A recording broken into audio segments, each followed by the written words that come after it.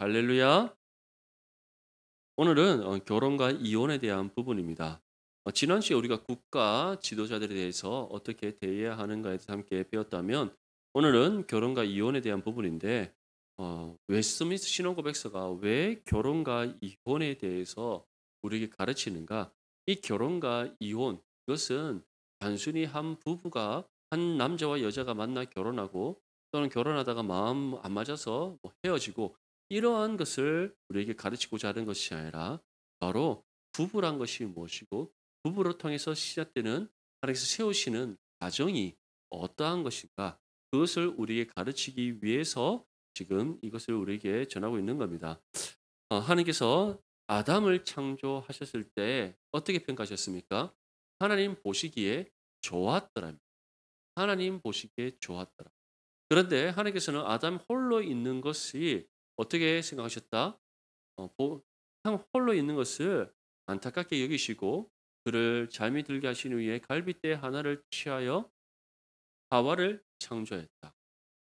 그것이 바로 최초로 창조된 여자입니다. 그리고 이제 그 남자인 아담과 여자인 하와가 한 몸을 이루어 하나 되게 하셨는데 그것을 보고 하나님께서 어떻게 평가 내리셨습니까? 이전과 다른 평가입니다. 하나님 보시기에 심히 좋아. 히브리어로 최상급 표현. 좋았고 좋았고 좋았더라. 이전에는 한 번 좋았는데 히브리어에는 뭐 빅 비글 비기스트 이런 것 같은 굿 베럴 베스트 이런 최상급 표현이 없습니다. 좋은 한마디로 정말 최상급 표현을 하기 위해서는 같은 단어를 반복합니다. 그래서 히브리어 성경에 보면 심히 하나님 보시기에 좋고 좋고 좋았더라. 아멘. 네. 이처럼 하나님께서 남자 아담 홀로 있는 것도 하나님의 형상대로 지음받은 인간으로서 완벽했지만 하나님께서는 삼위일체 하나님이시기에 남자와 로부터 갈빗대로 취하여 여자를 만들고 그 둘이 하나됨을 이루어서 언제나 한 몸이 되게 하셨다. 그리고 거기서부터 무엇이 시작되는 겁니까? 신앙 공동체 또는 가정이라는 것이 시작되는 겁니다. 그래서 하나님께서는 사람 홀로 살아가게 하신 것이 아니라 가정을 이루게 하시고 그 가정을 통하여서 사회를 이루게 하시고 그 사회를 통해서 한 국가를 이루게 하시고 이처럼 하나님께서는 공동체 우리 개인의 삶도 매우 중요시 여기시지만 공동체도 굉장히 중요하게 여기신다는 거예요.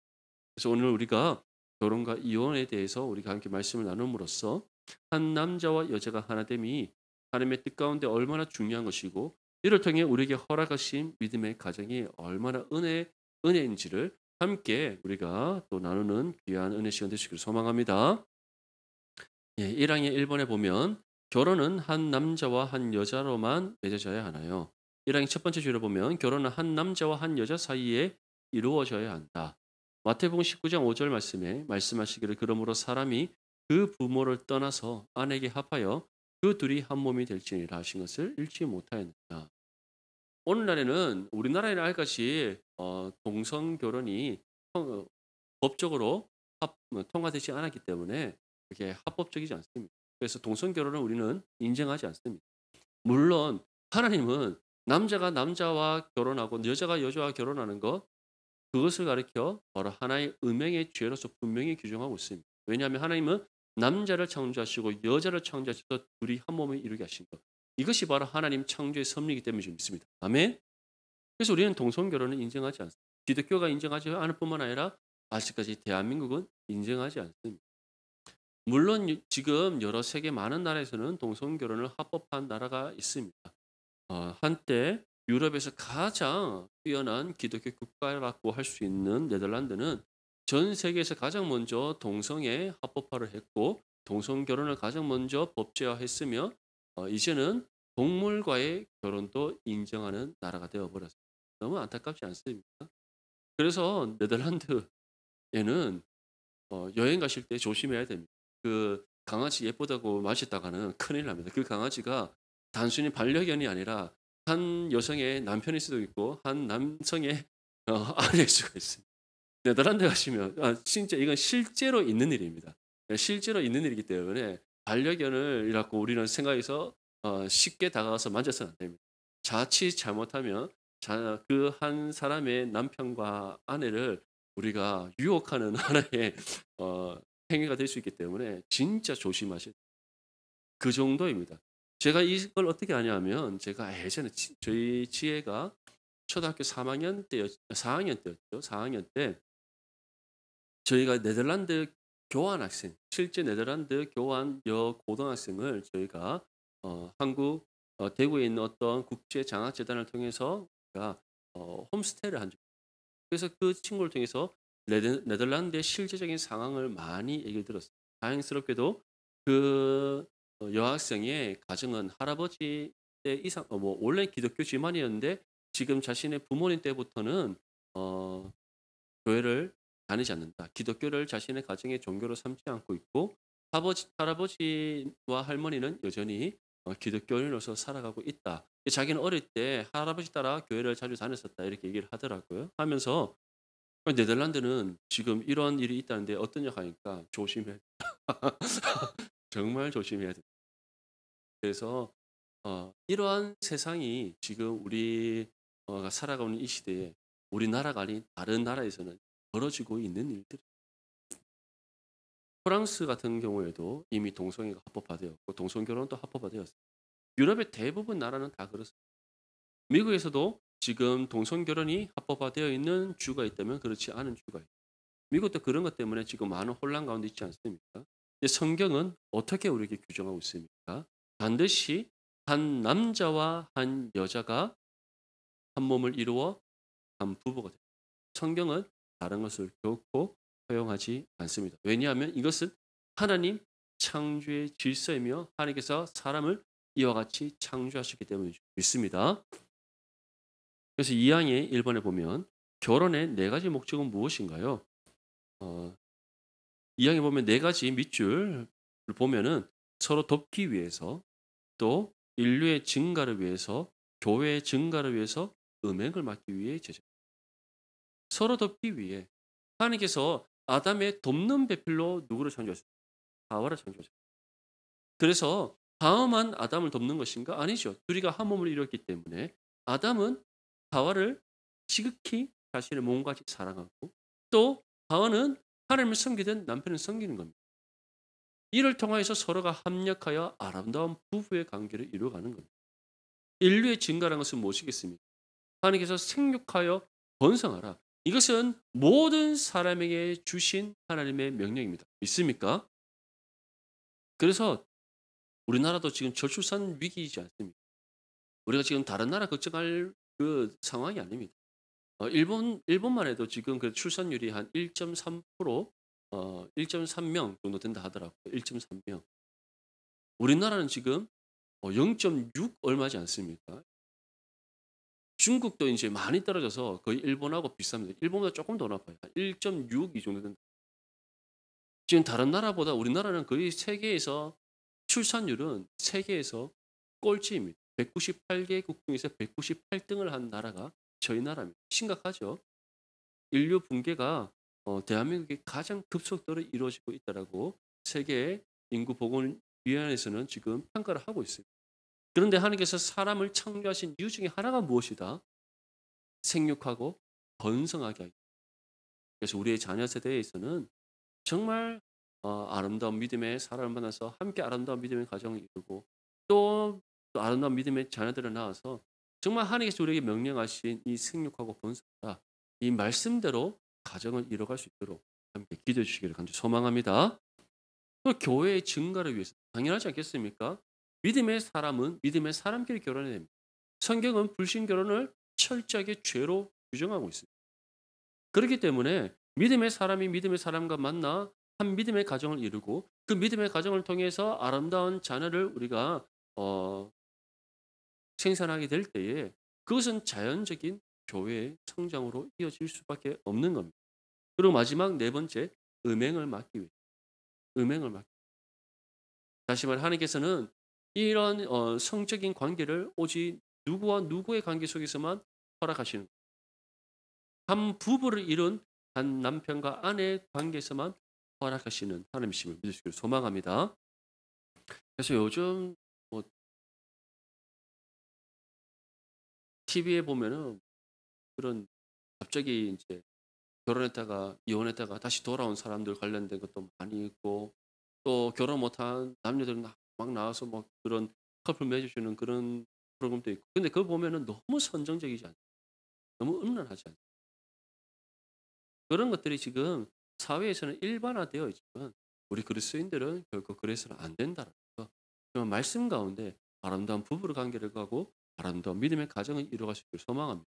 또 특별히 정말 주님 안에서 아름다운 부부의 관계를 이루어갈 때 그 부부의 그 부모의 모습을 보고 자녀가 본받는 건강한 부부의 자상을 결국에는 자신의 부모의 모습을 통해 자녀들이 갖게 된다는 거 분명히 기억할 수 있기를 바랍니다. 그래서 우리 자녀들에게 정말 부부 간의 사랑은 무엇인지, 부부 간의 안에서의 관계는 무엇인지 정말 삶으로 참된 본을 보이고 우리 자녀들을 또 잘 가르치고 양육하여서 우리보다 우리 자녀들이 더욱더 아름다운 믿음의 가정을 이루어갈 수 있기를 간절히 소망합니다. 그래서 창세기 2장 18절 말씀에 여호와 하나님이 이르시되 사람이 혼자 사는 것이 좋지 아니하니 내가 그를 위하여 돕는 배필을 주리라 하시니. 이처럼 하나님께서는 이 창조의 원리와 질서에서 한 남자와 한 여자를 창조하여 한 몸을 이루게 하시고 이루게 하신 이유가 서로 돕고 또 생육하고 번성하게 하시고 또 음행을 맡도록 하시기 위함입니다. 분명히 우리에게 말씀하고 있습니다. 사망의 1번입니다. 신자들은 불신자와 결혼해도 되나요? 사망의 첫 번째 줄을 보면 주님 안에서 결혼을 하는 것은 무엇이다?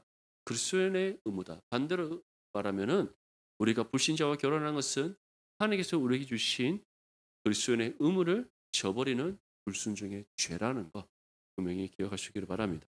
그래서 고린도전서 7장 39절에 아내는 그 남편이 살아 있는 동안에 매여 있다가 남편이 죽으면 자유로워 자기 뜻대로 시집갈 것이나 주 안에서만 할 것이라.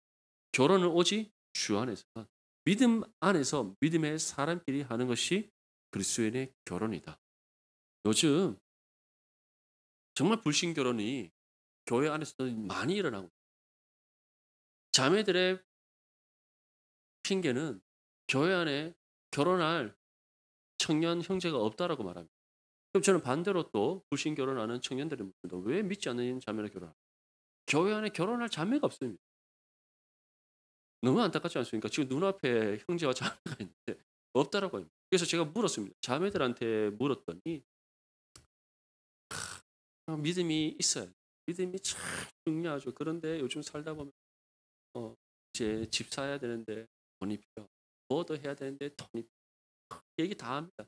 하고 보면은 결국에는 백마탄 제별가의 왕자님을 그리고 있어요.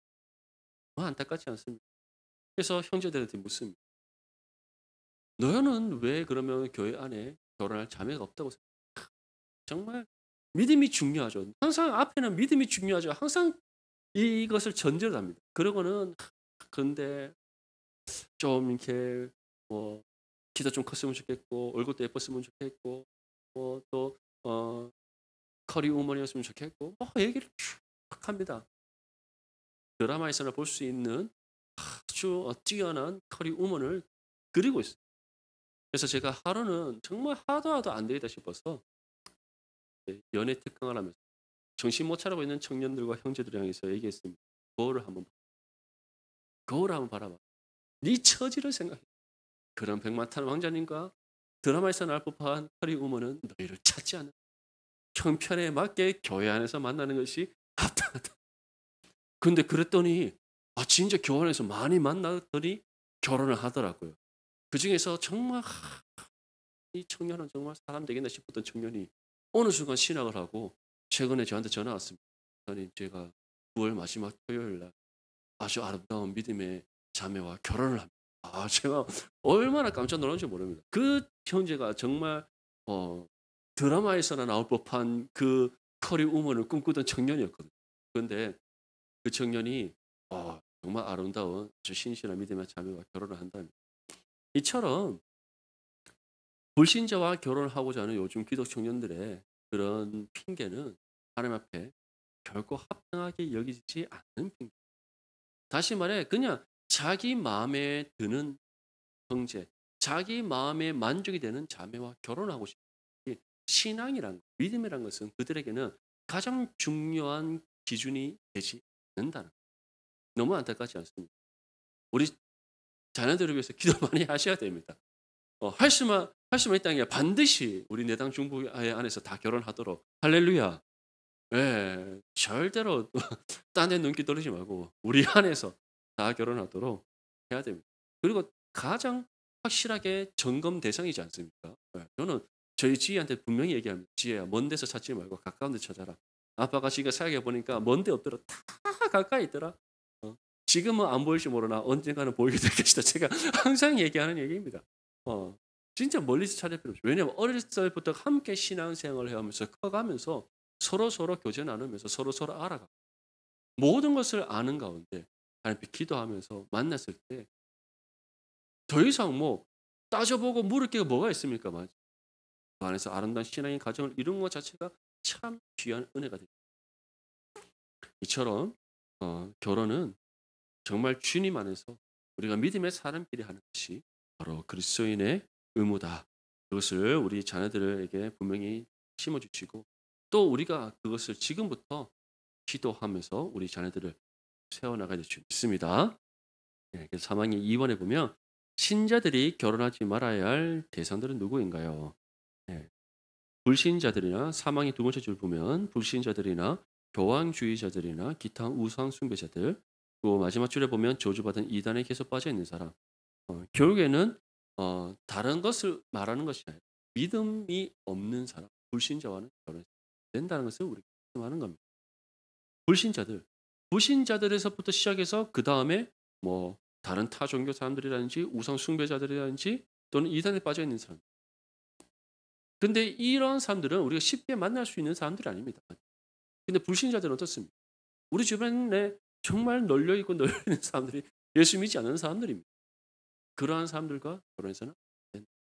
성경은 결코 불신 결혼을 우리에게 허락하지 않습니다. 그래서 고린도후서 6장 14절 말씀에 너희는 믿지 않는 자와 왕해를 함께 매지 말라.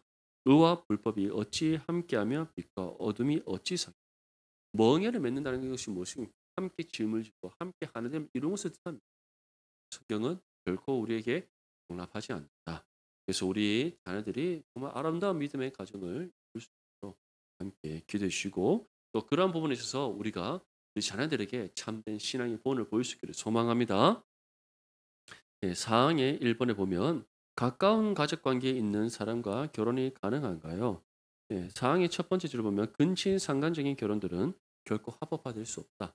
성경은 친족 간의 결혼을 인정하지 않습니다. 그러면 성경은 우리에게 이와 같이 묻습니다. 이삭은 리브가와 결혼을 했는데요. 외사촌과 결혼을 한 거지 않습니까? 결혼했는데요.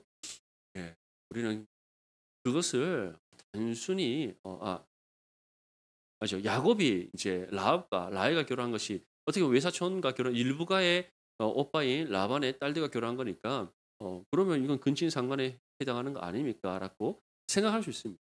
하지만 아브라함과 이삭과 야곱이 살아가던 시대는 어떤 시대입니까? 족장 시대. 족장 시대의 하나의 풍습은 바로 그 문화, 그 족장의 문화 안에서 족장끼리 그 친족 간에 결혼하는 것이 바로 그들의 하나의 관습이었습니다. 그리고 중요한 것은 아브라함의 때 또는 이삭과 야곱의 때에는 아직까지 율법이 주어지지 않았고 또 율법이 주어지지 않았기 때문에 하나님께서는 그 가운데 그 시대적 상황 속에서 일시적으로 허용해 주셨을 뿐이지 이 시에 이스라엘이 강성한 민족을 이뤘을 때 하나님께서는 모세로부터 율법을 주시면서 분명하게 금지한 것이 무엇입니까? 친족 간의 결혼을 금지해. 물론 이스라엘이 이제 율법을 보면은 이스라엘 민족들에게 하나님께서는 만약에 형이 형수와 결혼해서 살다가 이제 형이 일찍 죽었어요. 그럴 경우에는 형수가 누구를 이제 아내가 누구를 남편을 맞아야 됩니까? 그 남편의 동생을 남편을 맞고 또 죽으면 또 밑에 동생을. 왜냐하면 그만큼 그때에는 결혼이라는 한 남자와 여자가 만나서 결혼하는 거 또는 그래서 대를 이어가는 것. 이것이 또 하나의 중요한 일이기 때문에 그것을 일시적으로 허용한 것이지만 근본적으로 성경은 어떻게 합니까? 우리에게 가족 관계에 있는 사람과의 결혼을 금지한다. 그래서 레위기 20장 19절 말씀에도 내 이모나 부모의 하체를 범하지 말지니 이는 살부치의 하체인즉 그들이 그들의 죄를 당하리라. 이처럼 성경은 가족 관계에 있는 사람과 결혼을 정한다. 이것을 우리가 분명히 기억하시고 어, 정말 우리 자녀들은 건강한 또 신앙관 안에서 또 건강한 또 이성 교제 또 건강한 가족 관계 또는 부부의 관계, 결혼의 관계 정말 건강하게 잘 세워져서 이 모든 것들을 함께 이뤄갈 수 있기를 소망합니다. 그러려면 우리부터 자녀들에게 참된 신앙의 본을 보여야 된다는 거. 우리가 보이지 않는데 우리 자녀들에게 말해봤자 그것은 아무런 영향력이 없습니다. 우리부터 참된 신앙의 본을 잘 보이고 그리고 우리를 자녀들을 잘 교육했을 때 저 말씀대로 우리 자녀들이 아름다운 믿음의 가정을 이루게 될 수 있습니다. 5항의 1번에 장로교회는 이혼을 절대 허락하지 않는 로마 가톨릭과 달리 이혼이 가능한가요? 5항의 첫 번째 줄에 보면 간음이나 음행, 또 두 번째 줄에는 순결한 측에서 이혼 소송을 제기하는 것이 적법하다라고 되어 있습니다. 다시 말해서 우리도 근본적으로는 이혼을 허락하지 않습니다. 왜냐하면 하나님이 하나 되게 하신 것이기에 사람이 함부로 그것을 나눌 수 없다. 성경이 분명히 우리에게 규정하는 하나님의 말씀의 법이기 때문에 어, 그것을 허락하지 않습니다. 그러면은 이런 질문하시는 분이 있어요. 저는 원래 예수 믿지 않다가 결혼해서 이제 저 혼자 예수 믿는데 어떻게 됩니까? 그럼 남편 존다하면 돼요. 어려운 거 없습니다. 맞죠? 존다하시면 돼요. 네. 또는 우리 자녀들이 또 연약하여서 불신 결혼하는 그런 경우도 있을 수 있습니다. 하지만 그렇다고 해서 그것으로 인해서 우리 이놈의 자식이 막 불신 결혼해서 이렇게 생각하는 것이 아니라 이미 맞죠? 우리 자녀들이 신앙이 연약하여서 그런 실수를 범했다면 정말 신앙을 다시 잘 교육해서 하나님 앞에 자신의 실수를 인정하고 회개케 하고 그리고 그 어, 믿지 않는 남편이나 아내들을 어, 교회로 주님의 품으로 인도할 수 있도록 우리가 권면하여 가르치는 것이 맞다는 거예요. 불신 결혼했으니까 하나님 앞에 죄를 지었으니 너희들은 갈라서라. 이런 거는 안 된다는 거죠. 오히려 정말 가름이나 음행 또는 정말 더 이상 부부의 관계를 이루어가기에 어려운 그런 상황이 되었을 경우에 정말 그것 또한 하나님 앞에 우리가 신앙의 양심을 따라 또 하나님께서 말씀 주시는 그 뜻을 따라 우리가 잘 분별하여 살펴서 우리가 그런 부분에 대해서 생각을 해야 되는 것이 성경은 무조건적으로 뭐 이혼한 것이 괜찮다 그렇게 우리에게 말씀하지 않습니다. 오히려 근본적으로는 이혼이란 사람이 함부로 나눌 수 없다라고 분명히 규정하고 있습니다. 그래서 마태복음 5장 32절 말씀에 나는 너에게 이르노니 누구든지 음행한 이유 없이 아내를 버리면 이는 그로 간음하게 하며 또 누구든지 버림받은 여자에게 장가드는 자도 가능하니 다시 말해 성경은 결코 이혼을 우리에게 허락하지 않습니다. 아멘. 그래서 옛날 우리 믿음의 선진들은 정말 그 초대 교회에서는 우리가 복음이 우리 것이 아닌 정말 우리가 먼저 복음화된 그런 영국의 영국이나 미국에서부터 우리가 복음을 받았지 않습니까? 그러다 보니까 원래 믿지 않는 가정에서 이제 아내나 남편이 또 예수를 믿고 구원받고 그러다 보니 가정 안에서 여러 가지 많은 문제들이 일어났습니다. 특별히 아내나 연약한 아내나 또는 자녀들이 신앙을 하게 되었을 때 아버지나 또 집안 사람들로부터 몰매를 맞고 얼마나 수많은 핍박을 당했어요. 그러면 요즘 시대 같으면 그런 일이 있으면 어떻게 되겠습니까? 당장 막 도장 찍자 그러고 막 난리 나지 않겠습니까? 그럴 때도 우리 믿음의 선진들은 자신을 핍박하는 믿지 않는 그 남편을 위해서 눈물로 하나님 앞에 밤을 지새우며 기도해요. 그 자녀들이 자신의 부모의 이름을 불러가며 하나님 앞에 통곡하며 부르시셨다. 그를 통해 한 가정이 복음화되고 또 그 복음화된 그 가정을 통해 주변의 많은 이웃들이 예수 그리스도를 믿고 구원받고 이를 통해 놀라운 하나님의 구원의 역사, 복음의 역사가 이 대한민국 안에 이루어졌다는 것을 믿을 수 있기를 소망합니다. 여전히 우리 주변에도 믿지 않는 가족들, 친척들 얼마나 많습니까? 우리가 그들의 이름을 불러가며 그 불쌍한 영혼을 위해 함께 기도할 때 그 한 영혼이 주님의 품으로 돌아오는 구원의 역사가 이루어질 줄 믿습니다. 5항이 이번에 이혼 후 합당한 절차를 따라 재혼이 가능한가요? 다른 사람과 결혼할 수 있다라고 성경 웨스민스터 신앙고백서는 우리에게 전하지만 성경에 보면 로마서 7장 3절 말씀에 그러므로 만일 그 남편 생전에 다른 남자에 가면 음녀라 그러나 남편이 죽으면 그 법에서 자유롭게 되나니 다른 남자에게 갈지라도 음녀가 되지 아니하니까.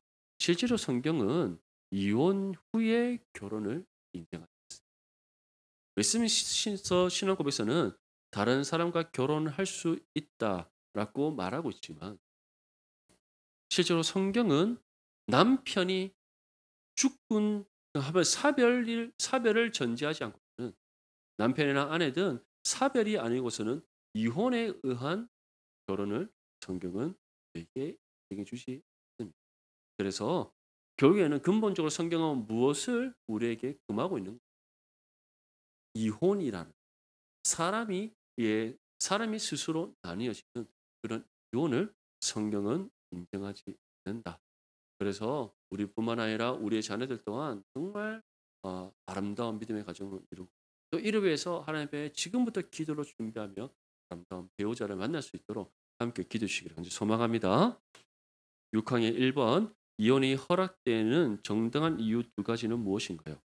6항에 보면 오직 간음이나 고의적인 별거라고 되어 있습니다. 다시 말해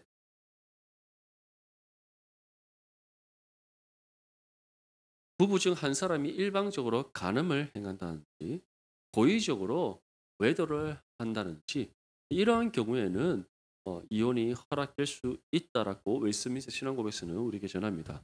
마태복음 19장 9절 말씀에 보면 내가 너에게 말하노니 누구든지 음행한 이유 외에 아내를 버리고 다른 데 장가드는 자는 가늠하노라. 예수님께서도 이 부분에 대해서 이와 같이 말씀하셨습니다. 그런데 그렇다고 해서 성경이 근본적으로 우리에게 어, 이 음행에 의한 이혼을 합법화시켜 주는 것일까요? 그렇지 않습니다. 예수님께서는 어떠한 경우였더라도 사람이 함부로 나누지 말라라고 말씀하셨고 무엇보다 결국에는 이혼이라는 것 예수님께서 이것을 근거로 말씀하셨던 이유는 이 당시 유대 사회에서는 이혼이라는 것을 정말 남자들이 일방적으로 아내를 버리는 일들 이러한 것들이 하나의 사회 풍습이 있었기 때문에 그러한 것에 대한 범죄를 주님께서는 지적하고자 이 말씀을 하셨던 겁니다. 하지만 근본적으로 성경은 우리가 반복적으로 살펴봤듯이 하나님께서는 이혼을 허락하지 않는다는 거예요. 그래서 고린도전서 7장 15절 말씀에도 혹 믿지 아니하는 자가 갈리거든 갈리게 하라. 형제나 자매나 이런 일에 구애될 것이 없느니 그러나 하나님은 화평 중에 너희를 부르셨느니 여기서 믿지 아니하는 자가 갈리거든이라는 것은 다시 말해 믿음이 없는 사람, 믿음의 가정이 아닌 사람, 예수 그리스도를 구주로 영접하지 않는 사람, 그러한 사람들이 이혼하든 말든 너희가 상관하지 말라는 거예요. 우리가 새벽에 한번 살펴봤지 않습니까? 하지만 믿음의 사람에게는 사도 바울이 분명히 전합니다. 허락되지 않다. 허락되지 않다. 오히려 너희들의 가정 안에 있는 모든 문제를 주님께 내어놓고 하나님으로부터 해결받고 또 너희가 서로 다투고 갈등을 일으키고 또 부부의 관계가 어려진 모든 것들에 대해서는 서로에게 책임이 있기 때문에 회개하고 그래서 다시 주님 안에서 하나됨을 온전히 이루어감이 마땅한 줄 믿습니다. 그렇다면 왜 웨스트민스터 신앙 고백서는 왜 이혼에 대해서 이와 같이 허용하는 부분들을 우리에게 제시하는가? 결국 이 웨스트민스터 신앙 고백서도 완전하지는 않습니다. 사람에 의해서 만들어진 것이기 때문에 완전하지 않고 또는 이미 이 17세기 영국 사회에서 근현대화를 우리보다 훨씬 더 앞서서 이루었던 이 영국 사회에서는 이혼에 대한 문제가 이미 사회의 여러 가지 또 문제들로 부각이 되어 있습니다. 이러한 부분에 있어서 성경적으로 하나의 답을 주기 위해서 이렇게 우리에게 규정하고 있으나 결국 웨스트민스터 신앙고백에서도 이와 같이 간음, 부부의 관계가 도저히 회복될 수 없는 한쪽에서 일방적이고 고의적으로 행한 간음이나 별거나 또는 외도와 같은 이런 극심한 타락의 문제, 죄악된 문제가 아니고서는 이혼하지 말라는 겁니다. 결국에는 웨스트민스터 신앙법에서도 동일하게 우리에게 전한 겁니다. 정말 이와 같이 일방적이고 고의적인 아주 악독한 죄를 남편이나 아내가 행하지 않고서는 이혼은 합법화될 수가 없다라는 거예요. 그래서 결국 이혼은 하지 말라는 것을 웨스트민스터 신앙법에서도 우리에게 동일하게 전하고 있다는 것을 분명히 기억할 수 있기를 바랍니다. 그래서 마지막으로 6항의 2번에 보면 이혼 절차를 부부가 본인들 마음대로 결정할 수 있나요? 세 번째 줄을 보면 공적인 법적 절차를 따라야 하고 마지막에 자신들의 의사나 재량대로 처리해서는 안 돼요. 결국 사람이 마음대로 결정할 수 있는 문제가 아니다. 그래서 신명기 24장 1절 말씀 보면 사람이 아내를 맞이하여 데려온 후에 그에게 수치되는 일이 있음을 발견하고 그를 기뻐하지 아니하면 이혼 증서를 써서 그의 손에 주고 그를 자기 집에서 내보낼 것이요. 근데 이러한 이혼 증서를 써줄 수 있는 사람은 누굽니까? 대제사장입니다. 그렇다면 이 문제를 바로 십부장, 백부장, 천부장 그리고 이제 대제사장님께서 가서 결국에는 이 문제에 대한 모든 법적 절차를 따라 다 점검받고 마지막으로 대제사장이 확인한 후에 이혼함이 합당하다 여겨지면 이혼 증서를 써주라는 거예요. 근데 그러한 법적 절차를 따라가다 보면은 이 이혼이 합당하게 여겨질 수 있겠습니까? 없겠습니까? 없다는 것이 당연하지 않겠습니까? 결국에는 대제사장까지 갈 필요도 없이 어, 이혼을 스스로 하지 않게 하는 그런 하나님께서는 법적 절차와 제도를 다 마련해 놓으셨던 거예요. 그래서 우리가 오늘 결혼과 이혼 이 두 가지에 대해서 함께 살펴봤는데 가장 중요한 한 가지를 우리가 기억하자면 한 남자와 한 여자가 부부가 되게 하신 것은 하나님의 뜻이다. 이것은 우리 모든 사람이라면 하나님부터 창조된 모든 사람이라면 반드시 감당해야 될 의무다. 그렇다면 그리스도인들이라면 어떻겠습니까? 더욱더 우리에게는 그것을 분명한 신앙의 의무로 여기고 특별히 믿음의 사람이라면 믿음의 사람, 결혼함이 마땅하고 또 한 몸이는 부부가 되었다면 어떤 풍파가 있고 어떤 문제가 있더라도 성경은 우리에게 이혼을 근본적으로 허락하지 않고 주님 앞에 기도하며 해결하여서 함께 합력하여 선을 이루어감이 마땅하다는 것을 기억하시고 소망합니다. 오늘 웨스트민스터 신앙법에서 24장 이 결혼과 이혼 갑자기 우리가 뭐 결혼 이미 다 하고 세월이 지금 얼마인데 이혼은 무슨 뭐 이런 생각이 들 수 있지만 그렇지 않습니다. 이 결혼과 이혼을 교회 공동체로 한번 적용해 보십시오. 우리는 주님 안에서 한 몸이는 한 몸 지체들입니다. 아멘. 결국 이 가정은 교회의 최소 단 가장 작은 그래서 가정이 건강해 교회가 건강하죠. 교회가 건강해야 이 나라와 민족이 건강해집니다. 아멘.